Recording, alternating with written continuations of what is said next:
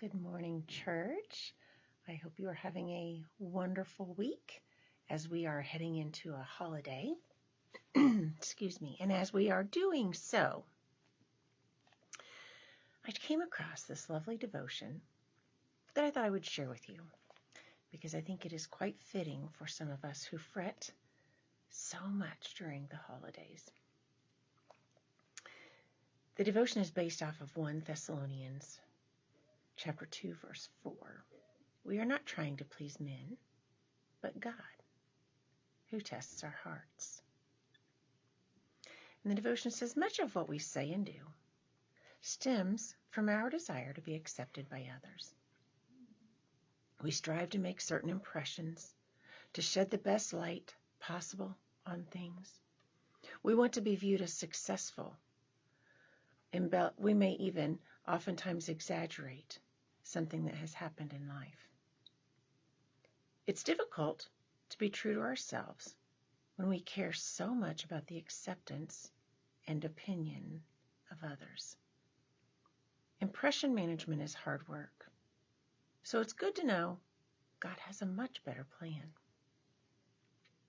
Rather than being driven by the opinions of others, strive to live your life for God and God alone. Attempt to please Him above all else. God knows your heart. He perceives things that are truly as they are. We cannot fool God. When we allow ourselves to be real before God, it doesn't matter what others think. If the God of the universe has accepted us, then who cares about someone else's opinion?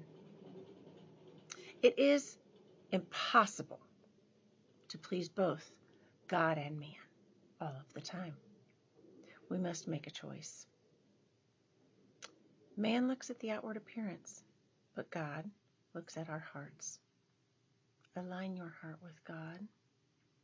Let go of impression management. The focus is on your outward appearance. Receive God's unconditional love and enjoy the freedom to be yourself. This devotion spoke to me today because we so often, especially during the holidays, find ourselves busying to keep the house perfectly clean because guests are going to come. Well, what are those guests going to do? They're just going to dirty the house again. Or we want the table set just so. Or the food to be just right. Or the food to be all on time. Everything has to be warm at once. What if everyone isn't super happy? What if everyone doesn't get along? What if I don't buy the correct gifts as we get into the remainder of the holiday season? What if I don't look like I did last year? What if everybody doesn't just love the meal I make? And those what ifs are enough to make a person crazy. I know most of you know, but I am the Children and Youth Director at our church. And I am so often talking to the children and youth about being a leader, following their own hearts, being silly, being goofy, being themselves because God created them individually, intentionally to be who they are. Purposely put every hair on that head, purposely created their body the way it is made, loved them enough to make them just that way. And I tell the children and youth this so often because I feel like it is such an important thing to remember. Yet, as an adult, I often forget it myself. God made me to be me just as I am. Not to be me to please others.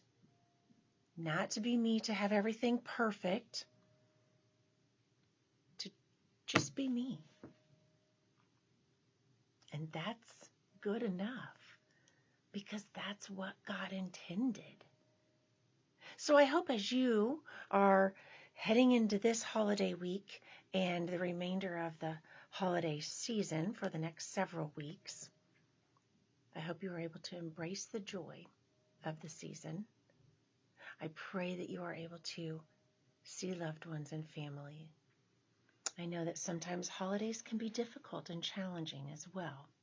Seeing loved ones and family can create some anxiety, or we remember those that we can't see this year. I pray for you that you will find peace as you are dealing with those things. And I pray that you will embrace you. Enjoy the holidays for what they are. Walk away from the perfection, perception, and be you. Love you. God made you. Accept yourself for what God made you. Please God and no one else. I hope you have joy and peace in your heart. Have an amazing week, and I will see you next Tuesday.